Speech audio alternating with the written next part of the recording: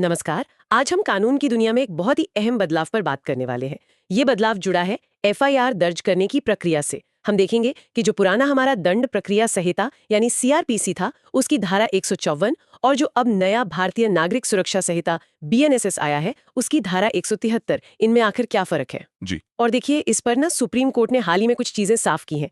तो ये जो चर्चा है, मुझे लगता है खासतौर पर वकीलों और जो लॉ स्टूडेंट्स हैं, उनके लिए तो ये बहुत ही काम की होने वाली है। बिल्कुल बिल्कुल। क्योंकि ये सीधे सीधे एफआईआर रजिस्ट्रेशन और जिसे हम प्रारंभिक जांच कहते हैं, उसके नियमों में एक बड़े बदलाव की तरफ इशारा कर रहा है। हाँ, ये एक महत्वपूर्ण बदलाव है। तो चलिए फिर शुरू करते हैं। इस कानूनी बदलाव की तह तक जाते हैं और देखते हैं कि सुप्रीम कोर्ट ने सीआरपीसी और बीएनएसएस के तहत एफआईआर दर्ज करने में क्या मुख्य अंतर बताए हैं। सबसे पहले, क्या कुछ ऐसा है जो दोनों में एक जैसा है? मतलब कुछ तो कॉमन ग्राउंड होगा। हाँ, बिल्कुल, अच्छी शुरुआत है। देखिए, जो बुनियादी बात है वो सीआरपीसी की धारा 154 और नए बीएनएसएस की धारा 173 की उपधारा 1 में वो एक जैसी ही हैं। दोनों ही ये कहते हैं कि अगर किसी पुलिस अधिकारी को कोई ऐसी सूचना मिलती है जिससे किसी संज्ञेय अपराध यानी कॉग्निजेबल ऑफेंस का पता चलता है, गंभीर अपराध, तो ऐसी सूचना मिलने पर एफआईआर दर्ज करना अनिवार्य है।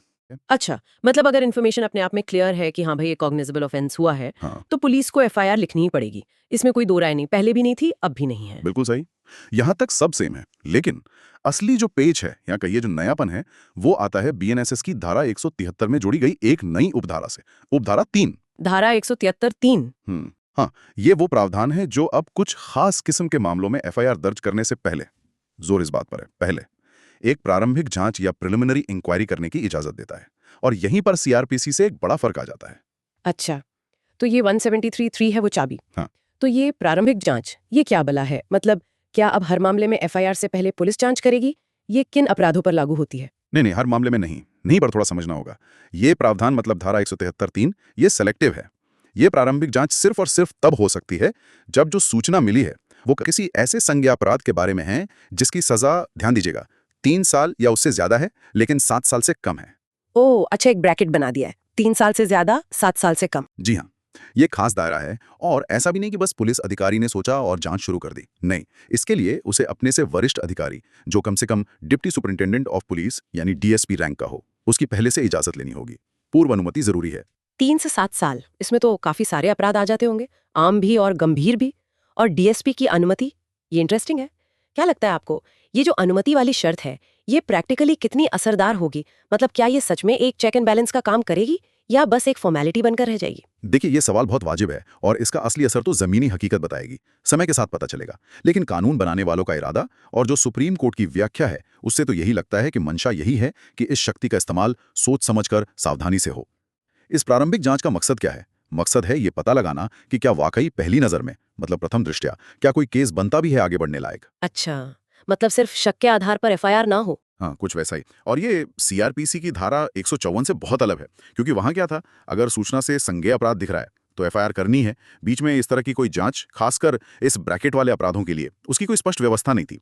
तो अगर हम सीधे सीधे सीआरपीसी से तुलना करें और खासकर वो जो लैंडमार्क केस था ललिता कुमारी बनाम उत्तर प्रदेश सरकार, उसकी रोशनी में देखें, तो ये कितना बड़ा बदलाव है। क्योंकि ललिता कुमारी केस ने तो एफआईआर को लेकर चीजें काफी हद तक साफ कर दी थी। बिल्कुल सही कहा आपने।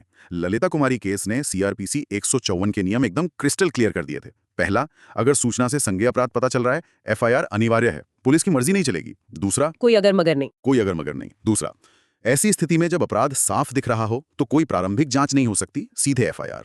और तीसरा, प्रारंभिक जांच की गुंजाइश सिर्फ तब थी जब सूचना से सीधे सीधे संज्ञेय अपराध पता न चल रहा हो। मतलब सूचना थोड़ी अस्पष्ट हो, शक हो, तब पुलिस जांच करके ये पता लगा सकती थी कि भाई कॉग्निजेबल ऑफेंस है या नहीं।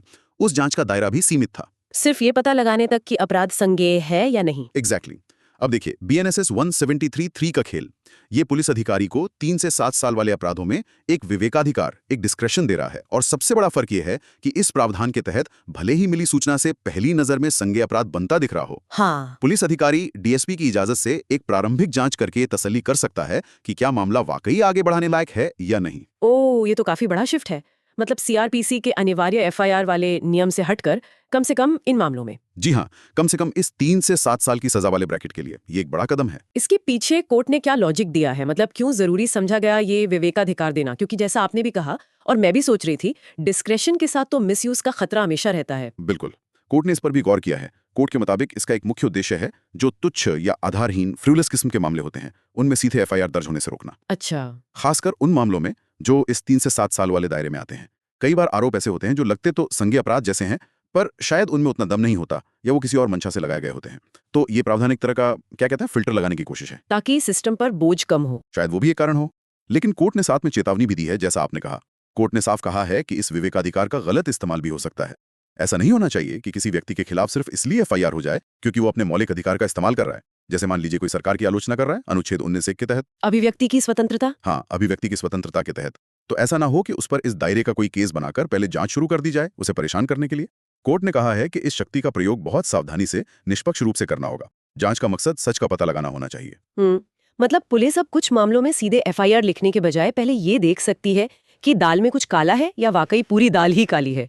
लेकिन ये तय करना कि मामला तुच्छ है या आधारहीन, ये भी तो बड़ा सब्जेक्टिव हो सकता है, मतलब ऑफिसर पर निर्भर करेगा। हाँ, ये एक पहलू है। और क्या इससे एफआईआर दर्ज होने में बेवजह की देरी नहीं होगी? जो पीड़ित है उसे तो लगेगा कि मेरी सुनी नहीं जा रही, बस जांच ही चल रही है। बिल्कुल, ये चिंताएं एकदम वास्तविक हैं। तुच्छ क्या है ये तय करना हमेशा आसान नहीं होता, और इसमें सब्जेक्टिविटी का एलिमेंट तो है ही, और देरी की संभावना से भी इनकार नहीं किया जा सकता। यही पे वो डीएसपी की अनुमति वाली शर्त और जांच की जो समय सीमा है, कानून में शायद 14 दिन बताई गई है, वो महत्वपूर्ण हो जाती है। 14 दिन। हाँ, अब देखना ये होगा कि ये 14 दिन की सीमा और डीएसपी की अनुमति ये व्यवहार में कितनी सख्ती से लागू होती हैं। और ये भी याद रखना जरूरी है कि ये जो बीएनएसएस 173(3) वाली प्रारंभिक जांच है ना, हाँ। इसका दायरा सीआरपीसी वाली संभावित जांच से अलग है। सीआरपीसी में अगर जांच होती भी थी जब अपराध स्पष्ट न हो, तो वो सिर्फ ये तय करने के लिए थी कि संज्ञेय अपराध है या नहीं, बस। लेकिन बीएनएसएस की ये नई वाली जांच ये तय करने के लिए है कि क्या पहली नजर में मामला इतना मजबूत है कि उस पर आगे बढ़ा जाए, मतलब इन्वेस्टिगेशन शुरू की जाए। ये फर्क है। समझ गए, दायरा बड़ा है इसका। हाँ, इसी सिलसिले में सुप्रीम कोर्ट ने कुछ खास अपराधों के बारे में भी स्थिति साफ की है। जैसे मान लीजिए भारतीय न्याय संहिता बीएनएस की धारा 196 है, जिसमें सजा 3 साल तक की है। अच्छा, ये 3-7 वाले ब्रैकेट से बाहर है। हाँ, कोर्ट ने कहा कि ऐसे मामलों में जहां अपराध का आधार बोले गए या लिखे गए शब्द हैं, तो पुलिस अधिकारी को एफआईआर दर्ज करने से पहले उन शब्दों को देखना या सुनना तो पड़ेगा ही, ये तय करने के लिए कि अपराध बनता भी है या नहीं। तो क्या ये भी प्रारंभिक जांच मानी जाएगी, धारा 173(3) वाली? क्योंकि यहाँ भी तो एफआईआर से पहले एक तरह का असेसमेंट हो रहा है। नहीं, यहीं पर कोर्ट ने एक महत्वपूर्ण अंतर खींचा है। कोर्ट का कहना है कि शब्दों का मतलब समझने के लिए उन्हें पढ़ना या सुनना, ये तो उस प्रक्रिया का हिस्सा है जिससे ये तय होता है कि सूचना में संज्ञेय अपराध का खुलासा हो भी रहा है या नहीं। ये धारा 173(1) की जरूरत को पूरा करने के लिए है। अच्छा, ये 173(1) के तहत ही आएगा। हाँ, इसे धारा 173(3) वाली औपचारिक प्रारंभिक जांच नहीं माना जाएगा, जिसके लिए डीएसपी की अनुमति और वो 14 दिन वाली बात लागू होती है। ये फर्क क्यों जरूरी है? ये फर्क इसलिए जरूरी है ताकि पुलिस हर छोटे मोटे शुरुआती आकलन को 173(3) वाली प्रारंभिक जांच का नाम न दे दे, खासकर उन मामलों में जो 3 से 7 साल के दायरे से बाहर हैं। नहीं तो प्रक्रिया बहुत जटिल हो जाएगी। यही लॉजिक कोर्ट ने बीएनएस की कुछ और धाराओं पर भी लगाया है, जैसे धारा 197 धर्म नस्ल आदि के आधार पर दुश्मनी फैलाना, 299 आपराधिक धमकी, 302 शांति भंग करने के इरादे से अपमान। इन सब में भी अपराध की प्रकृति समझने के लिए शब्दों या एक्शन का एक बेसिक आकलन तो करना ही पड़ेगा।